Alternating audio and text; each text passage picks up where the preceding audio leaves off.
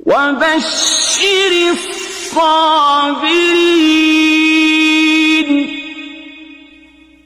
الذين إذا أصابتهم مصيبة قالوا إنا لله وإنا إليه راجعون أولئك عليهم صلوات من ربهم ورحمة وأولئك